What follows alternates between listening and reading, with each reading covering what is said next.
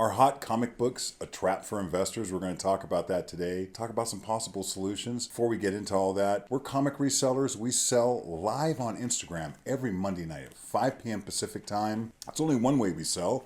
We sell other ways. We've been doing buy it now posts on Instagram where we have books for sale. We've been doing books that we don't show anywhere else on there. So you definitely want to follow us over on Instagram if you're not already. We also have been posting every single week on eBay. Tons of books on there. Make sure to follow us on eBay so you can get notified when we post new books. Yep, like and subscribe to these videos. It'll get you the best information. We've been doing live streams lately too. Yes, we've been doing them pretty much every other Friday. So yeah, make sure you hit the notification bell so you get notified whenever we go live. We have a good one coming up. So make sure you're checking it out because we always have people messaging us that they wish they knew. So we don't operate like that. We fly by the seat of our pants. But you shouldn't do that when you're buying comics, and we're going to talk a little bit about that. Lastly, we buy collections. If you're selling your comic collection, please consider us. We buy all eras. We buy all sizes. You can find our information in the item description for this video or in this QR code. Just use your phone and you got it. Okay. I talk all the time that buying hot books is not a great idea. The reason that it can be such a not great idea is because when a lot of attention is on a book, the price rises. And that price is not always what it should be because demand drives price up. So today I'm going to talk about buying popular books, also our sales experience. We're going to talk about books that we have no problem selling all the time. Just give you another perspective because all of the sales that we do, none of them are tracked on any of the tracking. So when you're looking up prices, you won't see the prices that we sell for. And we'd like to talk a little bit about that so you have a better idea of like if you're buying from this place or that place, what price differences there might be. And before I proceed, my cat, I had some boxes come in and there's some paper and my cat is in seventh heaven. I'm letting her enjoy it. So if she's you hear nestling in. If you hear her crumpling like that, she's trying to get it figured out how she can sit on a big pile of paper. All right. A lot of people buy comics on eBay, for instance, and eBay, the prices are going to be a little bit higher. It doesn't mean you can't get a good price on eBay. Yeah. Sometimes it's cheap, but by the time you get it landed, tax and shipping and everything else, it can get kind of expensive. It always surprises us that people will buy a book from us for $6. It ends up costing them $15 after tax and shipping, and we're like, wow, that's just too much. Advice I always give about eBay, if you find one really inexpensive book, I know that you might have a budget you're working within, but sometimes for the extra $4 or $5, if that's in your range, you're going to get another book and it really reduces the cost of shipping for the first book. So if you get 2 books and you're paying $8 for fees or whatnot, it's better than 1 book that you're paying more in the shipping and the tax. So anyway, there are so many ways to buy books today, and there's been a lot of shuffling around on people's preferences. When I got back into the hobby in 2020 after a 17-year hiatus, slabbing was really even more popular than when I left. It was getting popular when I left the hobby in the early 2000s. So I've seen another shift now that people are ambitious to buy raw books. Some challenges there. One is if you like super high grade books, it's very difficult to either grade yourself or to trust someone else's grading to get super high that is not certified by CGC, CBCS, any of the services that are reputable. But I think that's changing a bit, that people are willing, everyone thinks that they should press and clean a book when they get it, send it to your local presser or learn how to do it yourself. Both of those things can be problematic, just saying. So you should always buy a book as it sits. If it says 9.4, you should expect a 9.4. If it's higher, that's great. That's the sign of a good dealer that, hey, this might be a 9.6, which, by the way, 9.6s are tough in the world. They're just really tough. hard to get. To get a 9.6 at your local comic book store on a brand new book can be tough. One little drop on the shelf and the corner gets crunched a little, now it's a 9.2. So when you're getting into super high grade books, it can get very strict. But what I'm sharing with you is that there are buyers today who prefer to buy raw. And we stopped slabbing 3 years ago, where we were slabbing, I don't know, 300-400 books a year. I'm not doing that. I only slabbed one time in the last 3 years. I went to a convention and brought some books. And it was expensive. I don't know if I'm going to do that again. I paid almost $5,000 and it ended up not being as profitable as it would have if I had just sold them raw. Sometimes customers might have a challenge thinking something's really a near mint when you say it is, and that's just reputation. So, Rachel and I are in this for the long haul. We're not like doing this part-time. We do this full-time every week. I grade hundreds of books a week. Hundreds. Yep. She grades, and I price them, and I also grade them. And if something needs to be pressed and cleaned, I do it myself. We do our own shipping. That's Rachel is the director of all shipping. and you're probably really happy. And that's years of us like getting a method and also having standards. We have standards on our shipping, and people rave about it all the time. Some people have said it's the best they've ever seen. I don't know about all that, but it's consistent and it's quality and new products and all that. So that's super important once you buy the book that it gets shipped to you correctly. Moving on to some books. I wanted to kind of talk about that, that right now, like if there's a top 10 list on some YouTube video, brings your attention to a book, you look at it, the person might say this book's going for $115, but you can't get it for less than $130 now. Remember, every YouTube video you see on top lists of this week's were actually last week's. They're getting data from last week. 135 people bought this X-Men 266, and this is the going rate. Well, that was last week. You go to sell yours, you can't get that much. You go to buy one, they're more. Don't ask me to explain that. One explanation would be there's fees involved and stuff. So when you go outside to eBay, because let's just all roads lead to eBay one way or the other. And eBay is crazy sometimes. I'm just like shocked at some prices of books that I'm like, this has never sold for this price. Where did this number come from? Yeah. I think that there are people that, and that this goes into kind of what we're talking about a little bit about pricing. I think people would like to get the next highest price. Something sold for $100, I'm going to charge $110. If they'll pay $100, they'll pay $110. We don't do that. That's just not how I operate. I'm the guy that would sell it for $90 because I'd rather sell it. When we have a live sale, we bring books. My goal is to sell every one of those books. It would bother me a lot if I'm just showing books and no one's buying. So there's been times that during a claim sale, I'll look at Rachel, I'm like, that's just priced too high. I know people want that, and I'll cut the price. Sure enough, somebody buys it. So that's experience, right? So you get this experience that I'm not here to show books. Also, if a book has a lot of demand, I'm not just going to let it go. Yeah, I was going to say, like, the books that are hard to get or in a grade that, like, you literally can't find, those are the books that we tend to stay pretty solid on our prices. It's knowledge of the market. I mean, I'm very aware. I watch a lot of stuff, and I read a lot of stuff, and I'm pretty current for the most part. Because you can say that, and then someone starts talking about pre-code books and you get lost, or someone starts talking about all the books that came out in the last 6 months. Maybe that's not something you track on. Very difficult to know everything about comic books. A lot of people just focus in. This is what I collect and this is what I know about. For us, we specialize in vintage comics. We sell new books at almost every sale. We sell Silver Age stuff, but really it's the Bronze and Copper Age that is kind of our sweet spot. And it's the easiest stuff for us to get, and I'm really picky, so I'm trying to get the highest grade books I can. And if they're really nice, I might press them to even get a better grade. But a lot of times we don't. It sells the way it is. So I want to talk a little bit about pricing, and that's the big deal. So sometimes you might see that top 10 list, or you might be aware because a friend talked about a book or someone else talked about a book that's hot. There are books that are always popular, but seldom hot. I'm not going to do some big list of those, but I'm going to talk a little bit about some of the prices that we get for books that may not be on any hot list anywhere, and they sell automatically. We never have a problem, which tells us these books are popular. And there's other books that are harder to get, and you'd be surprised at some of the prices that might be out there. We'll go right into it. I'll have Rachel kind of name off some books that we've sold recently and what the prices were. Some of these can be hot and they show up on lists, but you need to know like the full gambit of prices, because it's not always 9/8 go for this. Most people don't buy 9/8. Just so you know, it might go under the radar. They might buy them at conventions. They're not showing up. Too expensive most of the time. Yeah, you don't. I mean, I'm going to say this again. I think if you are a collector, not strictly an investor, 9/6 and 9/8 are so close. 9/6s are great. 9/6s are so hard to get. Okay, 9/8. There's some I mean, we all have egos. There's some braggadocious things about 9/8s, but 9/6s are solid, and they tend to be a lot less. Anyway. So these are keys that we've sold, I'd say in like the last 3 months, and the prices we sold them for. Just some of them. We sold a lot of books. This is just a handful that we collected.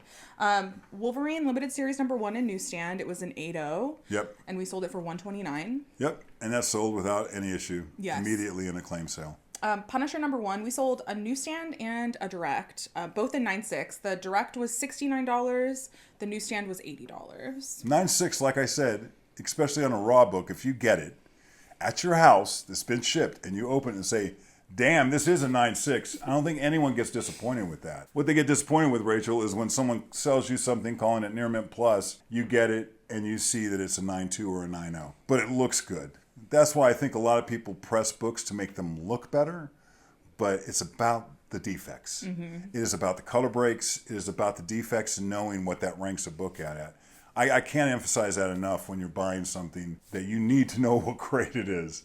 Unless it's super low grade at a price and you're trying to fill a run, you need to know what grade it is. So I watch so many popular sellers sell books, they do not tell you what grade it is. And when they do, they say it's this or that. What is that? I would hope what that is means that? the price reflects that. But That's like maybe going it to the doesn't. dentist. I'm going to pull one tooth or two. Which one is it? Because it's different. Anyway. We sold an X Factor 6 in 9.8, the first Apocalypse, for $235. We actually sold, I think, 2 copies in Near Mint for $235. 2 or 3. Yeah, we had like a stack of them. I still have some. Yeah. From a warehouse find, uncirculated, unread, pristine. Yeah, it doesn't happen often. Well, we also sold a 9.4 of that. How much did we sell a 9.4 for? Yeah, $40. Yeah, it was $40 for the Near Mint. Yeah, so that same book in Near Mint was $40. The first appearance of Apocalypse for $40. That's a good deal. I mean, we've sold a rag for like $10. A low grade book will still go for money because it's a first appearance. But when you start getting into the high grades, 9.4, is there a huge difference between a 9.4 and 9.8? There should be a noticeable difference. Yeah, defect wise. But there shouldn't be a lot of color breaks, and there shouldn't be a lot of things that distract from the cover or the back cover. So there you go. X-Men 56, we had a 9.2. And it was $180 that we sold. That was a nice looking book. Those are great to find unslabbed if you're confident on the grade. If you're looking for high grade, you're going to pay a lot more for a slab. And Just honestly, saying. any early X-Men are easy to sell. No matter what the grade is. Yeah, outside the reprints later on, before 94, issue number 94 started a new X-Men, giant size X-Men, X-Men 94. Kicked off a new era. The ones in the, up to the 60s are pretty popular. Yeah, they're not hard to sell. X-Men 266, the first appearance of Gambit, we had a 9.6 raw copy sell for $199. Recently, a raw 9.6 on eBay sold for $245. Yeah, and there's been a couple around that range. So that's kind of the pricing thing. Was it low? A little bit. I mean, but I know that book does this anyway. So it's not like I'm trying to get the last dollar and get the most. That's not how I do it. I hope that's not how you buy either. It's about one thing or the other. Sometimes it's about the grade more than the price. Sometimes it's about the price more than the grade. Those two things, we seem to feel that customers are more concerned about price and grade until you start getting books like this, that there are people that will they want that copy, that life copy that's going to go in their collection. They want it to be a certain tier to match the rest of the collection or whatever that is. The customers that have been coming to our sales for a long time have become a little spoiled, I think, with higher grade books, and they prefer them. Yeah, because they are starting to prefer them more. We sell tons of low grade books, but we do. really are strict with grading. So people depend on that. And when you start depending on that, it's even more weight in our shoulders to not make mistakes, right? So that's why Rachel and I just stay really keen on making sure that we're giving a book the right grade. And then once I grade it, the price is kind of irrelevant. Sometimes I'll think a book's going to be a 9.6. We grade it, it's a 9.2. I'm not going to try to sell it for a little more because I just sell it for what 9.2s are going or a little bit less. And I always write usually like on our stickers, like it presents nicer than this because it probably has like a color break that like you have to put in the light or something like that. That like there's nothing better than having a book in your hand when you buy it, because then you take out all the guesswork, unless you can't grade, or things aren't important to you. A couple other books that are, I guess this isn't a key, but Doctor Strange 179, which is the cover with Spider-Man. It's a very popular. People love that book. Very Spider-Man. Yeah, very popular, not hot. Yes, it's a 9.2 that we sold for $165. It was a nice looking 9.2 too. I remember that book. Now, if you collect those, you think about like if that's in your budget. A lot of people also buy to a budget. I'm not spending more than $100 today. And sometimes that kind of dictates what grade you get. Sometimes with slabs, and believe me, I'm not denigrating slabs. I think there's a purpose for them. They're going to be around for a long, long time. A lot of collectors don't want to invest that extra money in slabs for every book. It might just be your, Spider-Man 1 that you have slabbed, but you don't have Spider-Man number 7 and 3.0 slabbed. You might decide to slab that. You might not. I don't know. Well, the thing we always tell our customers too, because I think some people that are new to our sales will be like, why are you grading every single book? Why do you say a book's a 9.8? And it's like, we want to be able to sell customers high grade books at a lower price than slab. So this is our opportunity to do that. Yeah, I mean, I'm not going to say a book's 9.8 and I'm going to sell it for a lot less because there's no raw 9.8s out there. That's the point I was going to make, is that a lot of times on eBay and other places, when you examine the book, it's not the grade that they're touting, which means the price is usually too high, or it's priced, if it looks like it's low, it might be priced right for the grade. And it's tough. It really does take expertise. We learn all the time. We've been doing this for years. We do it repetitively and consistently, and we still learn. And we still see things like, oh, that's a weird defect, or I'll just say one and we'll keep moving. There's a defect that shows up quite often in the 70s and 80s when they cut paper and they cut the bottom and the book pulls and the next one gets cut. Sometimes the cut will take a corner off. And you can see it in the second, third, fourth page. Sometimes you won't, but it's not a defect. It's a printing defect. It's not, from someone using the book. It's actually came out of the warehouse like that. How do you grade that? So Rachel and I, we dig for it. I have never had a book CGC graded missing the tip of a corner that had pages under it cut the exact same way, and it was from printing. But we dig for that. And there's weird defects like that. For those of you who grade a lot of books, you're going to run into things like that. Anyway, moving on. The last book in the keys that we're talking about that we've recently sold is Detective Comics 469, which is the first appearance of Phosphorus. Yeah. It was a 9.2, and we sold it for $109. So, and there's a book right there that you just don't see often. Most people don't have those in claim sales. When they do, they're not necessarily high grade. And then the third point is they're trying to milk it. They're like, 175. No, man. Nobody's got time for all that. People, and it sold very easily. So, by the way, I was excited to get that book. It's a book I'd like to own. I know you're like, I've never had this before. Yeah, it's hard to find. They don't show up in collections. I'll tell you, a lot of people will take their collection and cherry pick, and that's the stuff buyers want, are the keys. And they're like, well, I'll just sell you the other stuff that I don't care about. That no one else cares about. You will get less for your collection. I don't care who's buying, you will get less. You take out all the keys, it really takes the steam out of the fun. And right now, because Todd McFarlane's doing a signing with CGC, all Todd McFarlane books are selling. Now, Todd McFarlane gets more popular every year. It's crazy. I've been around this thing since his beginning, and he's always been popular. People love McFarlane. It doesn't matter if he's signing or not. People love his books. I think, I'm going to say something incredibly bold. Okay. I think since Neil Adams, when it comes to artists, he's the guy. I mean, I feel like most people know who he is. He kind of replaced Neil Adams, not with the realism. I wouldn't say he's necessarily a realist, but his backgrounds can be. It's his detail. It's the time Todd puts into his drawing. He is meticulous to this day. He will work on a brick wall for 25 minutes, making all the bricks and glass and panes. And he's just such a good artist. To ink him is going to take work. I mean, because he's got so much going on, and he does everything digitally now, but it looks just as good as his other stuff. But we'll just rifle off some of the prices that we get for the high-grade McFarlane stuff from the Amazing Spider-Man run. Yeah, and a Spawn book that I have written down as well. And that. So we sold a 321, ASM 321 and 9.8 for $40. A 322 and 9.8 for $40. These are raw. These are not slabbed. Raw copies. And then we sold a few in 9.6. So 311 was a 9.6 and it sold for $32. Okay. 312 was a 9.6 and it sold for $35. Right. Just as an overview. Just they're moving. That has to do with grade. That has to do with I'll take that high grade book. Also known customers that buy from us all the time. They're waiting for us to bring the book they're looking for. Because they already got that piece about the grading and the shipping. And then it comes down to price. Is the price right? Because if it's out of your budget, then it's out of your budget. That's the way it goes. But if it's in your budget, then it turns into 5 people claim something at the same time, We just recently sold this Spawn 224, which is a McFarlane homage of Frank Miller. Yeah. And I thought Cool that book. book was so cool. It was a 9.4. We sold it for $50. Yep. And it flew off the shelf. It did. It sold immediately. A lot of people wanted it. So here's some of the books that we have coming up. These are the type of books we have in our claim sale. I haven't graded these yet. That one was low grade. This one's high grade.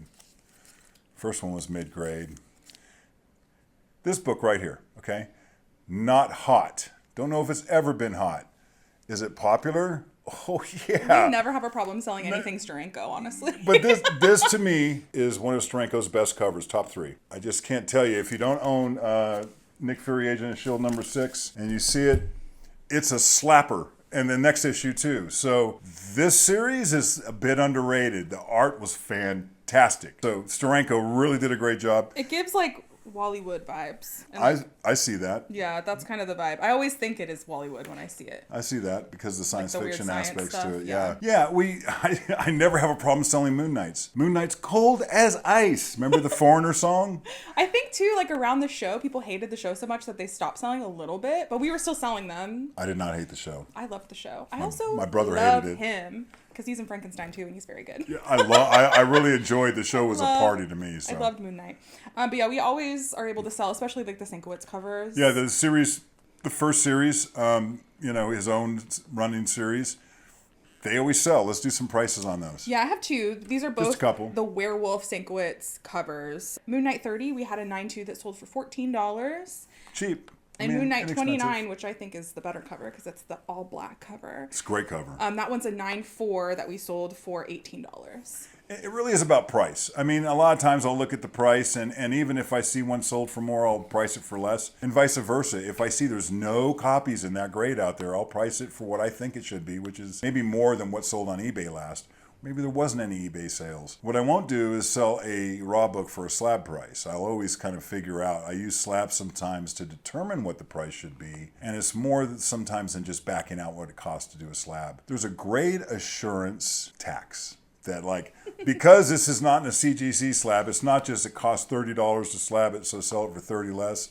I may sell it for 50 or 60 less, just to give people comfort. Could I make more slabbing? Yes, but no. I think that things priced at the top of the market sell much slower than things priced under the going market, or books that are higher grade than what's generally being offered, or books that are hard to find, or they're just not easy to get a hold of, especially in a claim sale or, in the ways that we do it. You might have 5 or 6 and you can get it all out of the way just by getting them at that time, if your budget fits that. Mark Jewelers double covers, they never have a problem selling if you price them right. I mean, even high-priced double covers, if the book is high grade, like I can't remember what that book was that we had. We had, several years ago, I had a double cover Mark Jewelers of Captain Marvel, yeah, number 10, I think. The blue cover, and it sold at the price.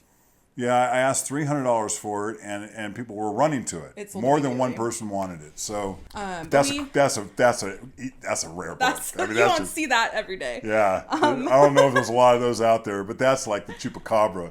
Rachel gets very excited when she sees a Mark Jewelers. She'll be like across the room, like, I can see him. Mark Jewelers.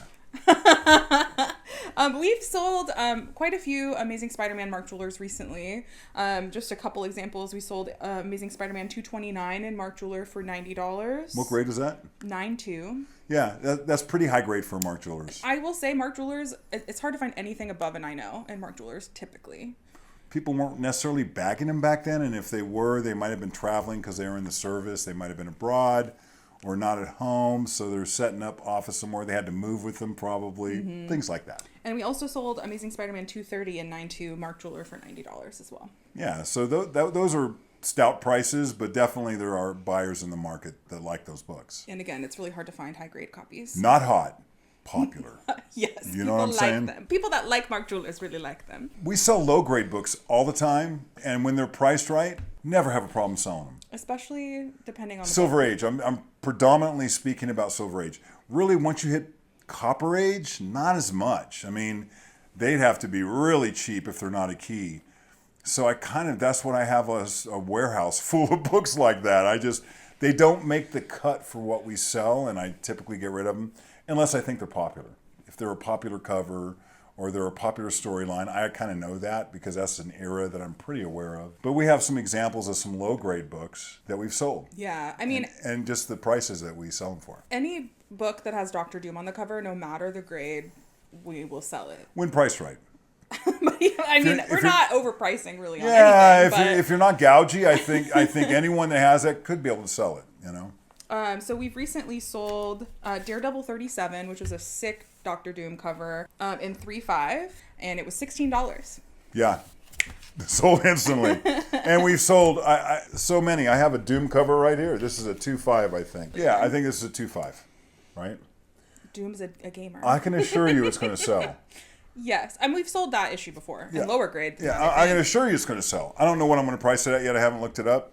What the market is today is kind of like lobster. You got to look it up every day. Got to get a feel for it. But here's the deal about this book. You can see it in the bag. I want to talk about presenting.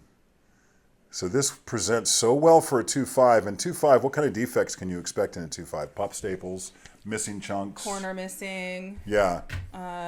Long color breaks across the back or front. Yeah. You expect a book to be really well read and worn. Sometimes damaged, water damaged. Stains. So getting a high presenting copy, I think people are wise to really shoot for that. Like, I don't mind getting low grade if they look good. That's a collector's sensibility. That, I think, is wise. People ask me all the time, like, is that good to invest in? If you think like that, it is. If you think like that and you're kind of trying to get books that present well, that fit some criteria that you have, then you're going to do well in the long run, especially on Silver Age books. So one book we didn't talk about before the show is I just sold a copy of Hansi. Show a picture of the book. This book is so popular. It came out from a Christian publishing company. And by the way, their books are kind of awesome. When I find them, I'm like, this I don't know what to say about this book because they're weird. They're just weird. It's disturbing. And this one's no different. But Rachel had never seen it before. Completely disturbed her. She's like, I want no part of that book. But anyway, it sold for what? $50. Yeah, and she'll put the grade out. Yeah, I have the picture of it. Yeah. And by the way, that was way under market, probably 30%. I don't care. I mean, I don't want to hold it for a month. I wanted to put it up and sell it, and it sold like that on a buy it now. Yeah, and that's an example of a book that we never showed in a claim sale. We just put that on a buy it now, and someone claimed it immediately. Yep. And now they got their copy. They've probably been looking for an affordable copy, and that's another thing about popular but not hot books. That book has hit lists before, and you're going to hear about it other places along the way. But it's an obscure book. It's not a superhero book, and it's really disturbing on some levels. Anyway, so we do sell high grade Silver Age books. You could name a few. These are bronze, silver. Yeah, just a few. We sell them a lot more than what we're doing, but we put a video together and we just kind of whipped it up. So we're not spending a week on this because we're busy selling comics. You know what I'm saying? We sold a couple high grade Submariners. Submariner 24 and 9.2. We sold for $42, which that cover's sick. And the paper on those from that era is really thick, so you can really feel the difference in those books. They were made well. You know what I mean? And then Submariner 36 we had in 9.2 as well, sold for $30. And then we had a high grade Thor 166 in 9.2, sell for $180. That was a Berserk key. So there are books out there that are Silver Age that sell for money, but for me, it's not worth charging $15 extra or whatever I think I could get and sitting on it until that collector comes by that's willing to like pay top dollar. There are books that are like that, but for me, it's not 9.2s of those. If they were 9.6s, they would not be that price. Trust me, I know the difference because a 9.6 is like a chupacabra again. You don't like a see 12 them. cents 9.6. You don't see them raw ever. You're not going to go to a convention and pull out 9.6 raws of Submariner. You're going to pull out 8.0s. You're going to pull out 7.5s. You're going to pull out 4.5s.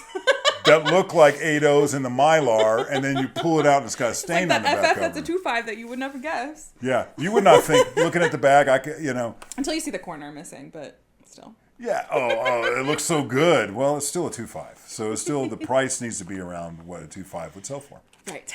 Back to low grade. I got probably 100 issues of consecutive adventure comics from the 60s, Legion of Superheroes. We'll put a couple issues up here while I talk that we've sold these. They're low grade, between 2.0, 4.0, between $5 and $15. And I really don't sell $5 books that's live because it takes up time and we have to process them and rebag them and grade them and all this energy in it.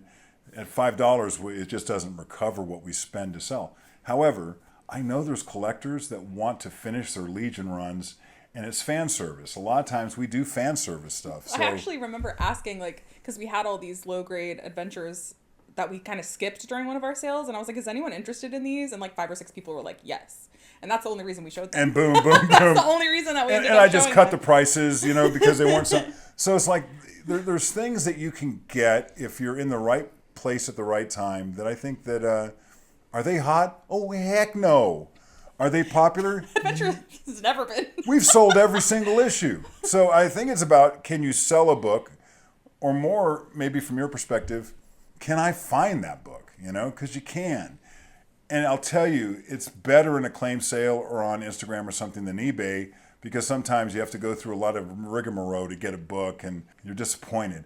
That is one of the biggest things we don't want. We never want a customer to be disappointed. It's just part of what we do. That's why we're strict about grading, strict about shipping. We just, we follow a process that is our vision for what we're going to do with this business. So I've had so many Batmans, and Batman's one of my favorites. Everyone doesn't collect Batman. There are a lot of collectors that do collect Batman that want high grade. They would like high grade. They don't want to buy slabs necessarily. They will on some issues. Certainly some issues are massive, and they're some of the biggest keys out there. But when I get 70s and 80s Batmans, I kind of get excited. It's a fan service thing again. So we're going to talk real quick about some of the Batmans. I bet you I've sold 100 Batmans just like these we're not talking about. Same grade, all the way up to near mint. Yeah, and this is Detectives and Batman series. Yeah, when I say Batman, I'm kind All of them. saying those two series. Yes. Not World's Finest, those two series. Yes. Although World's Finest also sells Go. We have sold many of those as well. Yeah. All right, so we sold the Detective 524 in 9.0 for $32. Yep. Detective 525 in 9.4 for $40. Batman 405 in 9.6 for $22. Batman 426 in 9.4 for $32. And Batman 428 in 9.4 for $20. It's the grade. I mean, on those, if you're looking for 9.4s, you're not going to necessarily find them in a box at a convention. Most times, you're just not going to get... This is about grade.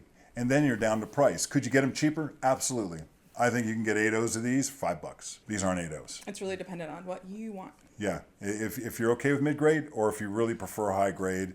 And I think a lot of Batman collectors, they like it all. I mean, you have a bunch of people who collect low grade, a bunch of people who collect high grade.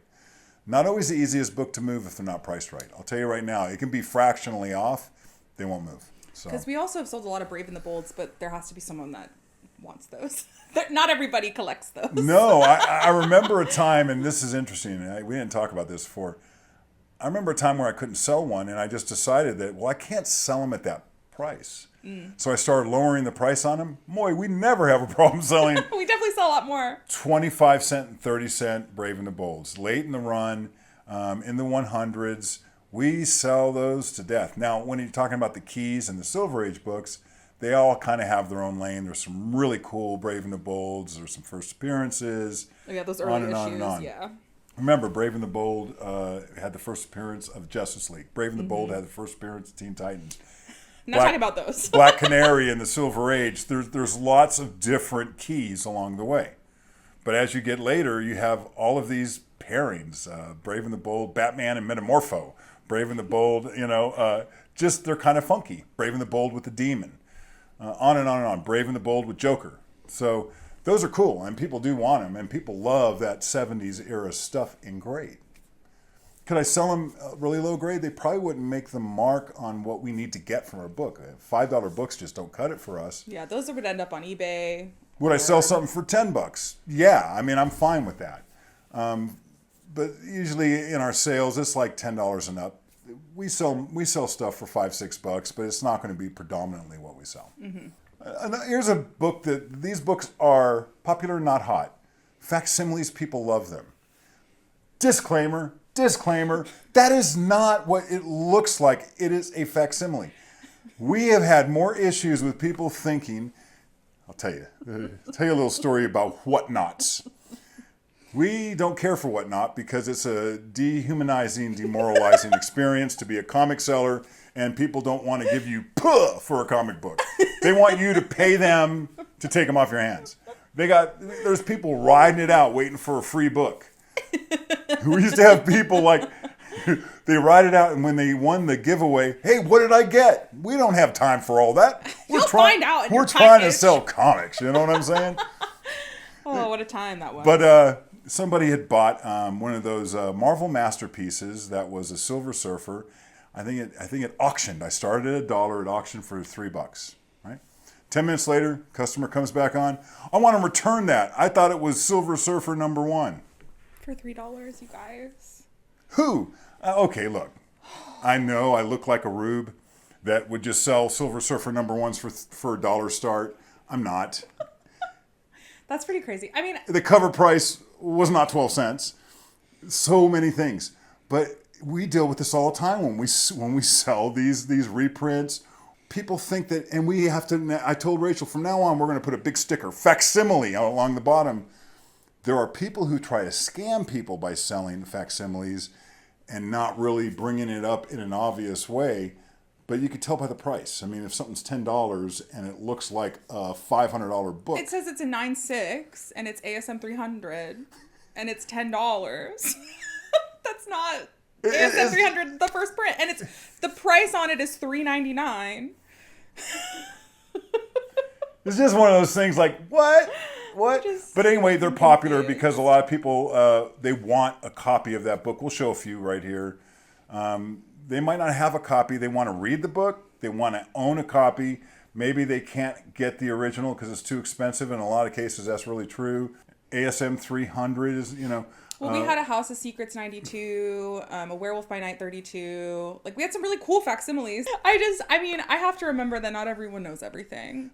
Yeah, and we're calm about it, but what we don't like is when someone buys it and then returns it later. Like, well, I don't want that. Well, I just make sure they know it's a reprint. I put it in the invoice. Reprint! Not original.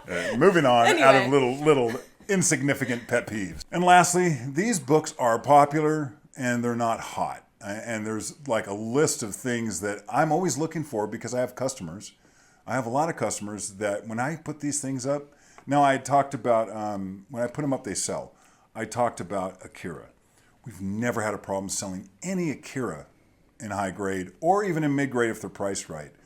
Now, if you're not familiar with that series, not only is the story great, there was a Akira movie, yes. An animated film. It's iconic. The art is sick. So if you're not familiar with it, you might want to familiarize yourself with it. Even if you're getting it in a graphic novel or, in some kind of omnibus. Very popular, but it might fly under your radar. If you're a newer collector, older collectors in my age group, I think we all are aware of it because it's early anime. Well, and those are hard to get in high grade because they're square bound and they'll get that strip on the front if it's been cracked open. So like they're hard to get in high grade. Yeah, so as the book pivots, there's a divot there that's meant to make the book where it doesn't bend it, but it will break the color. Yeah, so even that lightly, cuts the grade down a lot. Or it'll create like a little crease. The last copy I sold was a pristine 9.8, never opened. Sold it to a friend of mine, and I'm so glad he got it. I mean, it's really nice. Because it was like, you need to own this book, put it in a vault, don't ever touch it. That type of thing. Some other series that are like Akira are like Usagi Yojimbo. Yeah, and that's any Usagi Yojimbo that's old. Yes, the prices are down from their highs. If you price them right, people want them. Mm-hmm. If they don't own them, they'd love a copy of that. So it's a little price sensitive because they've been higher and now they're down, but I've had so many copies of the #1s, not the first appearance, but the orange covered. I've probably sold 3 near mint raws. Yeah, the #1. Yeah. Also Dragon Ball and Dragon Ball Z, we never have a problem selling those in any grade. As long as they're priced right, they move and people are looking for them because they don't just show up in claim sales often. And they're expensive. Like they can be really pricey. Sure, they can be. Early Teenage Mutant Ninja Turtles. Yeah, in the first issues, not necessarily the first 5 issues. I'm not talking about the oversized issues. I'm talking about as the run went. And even more modern ones. It's got fandom. It's got fandom around it, yeah. Low distribution issues of like Spawn, G.I. Joe, and Transformers. Those usually the last few Transformers, the last G.I. Joes, they're kind of hard to find. We all know that Spawn's in the early 200s. The distribution, I think they were distributing 15,000 copies compared to a lot more and earlier. So those types of books collectors are looking for in grade. Often, they'd really like to get a copy of those. Mm-hmm. And then finally, any DC early 70s horror priced right regardless of the grade. Especially the good covers. Yeah. The good covers, yeah. Just recently we sold House of Secrets 127 and 6.5 for $52. Yep. So I think that people are looking to own those books and they don't mind getting them, but they don't want to pay premiums. And I get that. I like getting mid-grade copies of those because I can put them in the hands of a collector. High-grade copies are a little different. The market can be really fickle. Sometimes I might even overpay for one because right now the market's not buying them for that price and I couldn't sell it for that same price I buy it. So I'm really careful about buying them. If you get the right price on that DC horror stuff, especially the premium covers with Neil Adams or Wrightson, those books are going to remain popular throughout time because it's just such good art. And if you can get the right price, even a low-grade copy is nice to have. So that's it. I just wanted to kind of put more spotlight on avoid hot if you can. Yes, it might bring a book to your attention, but in the long run, books go up and down. I don't care if it's Spider-Man #1. It doesn't matter. All books have ebbs and flows. They go up and down. And really, if you're investing a lot of money in comics, it's good, while getting the books that you want, to try to save money where you can. It doesn't mean you should beat up on every price and try to get everything under market. That's not realistic. But it does mean avoid hot times. Avoid times where everyone's looking for the same book. There are books like Amazing Fantasy 15. A lot of people are looking for that book. There's not enough copies to go around. It's not rare. It's also the deep pocket to even buy a low-grade copy. I bet you can find 10 copies for sale right this second. Not rare. Some of the books we talked about, you could not find 10 copies. It's just weird. It's like some of them just kind of fly under the radar, and I really do like to hear what collectors collect because there's so many great little niches. Like I like this science fiction stuff from the 50s, and no one's really talking about them. You look at these great covers. Or I like war books, from the 50s. I love stuff like that. There's so many little eras going all the way up to modern books. I like horror books from the 90s and 2000s. Totally flew under the radar. IDW was doing some sick stuff, great covers. I like all of the Night of the Living Dead stuff. Not popular, not hot. Way cool. So there's stuff that I like. Texas Chainsaw Massacre, Chucky. I like all of the IP stuff. And they're not hot. But I like them, and we never have a problem selling those. Some of them either. are pricey. Yeah. That's the show. Hope you liked it. Thank you so much. Don't forget to subscribe and like this video and leave a comment. See you next if you time. Want to say hi. Thanks. Bye.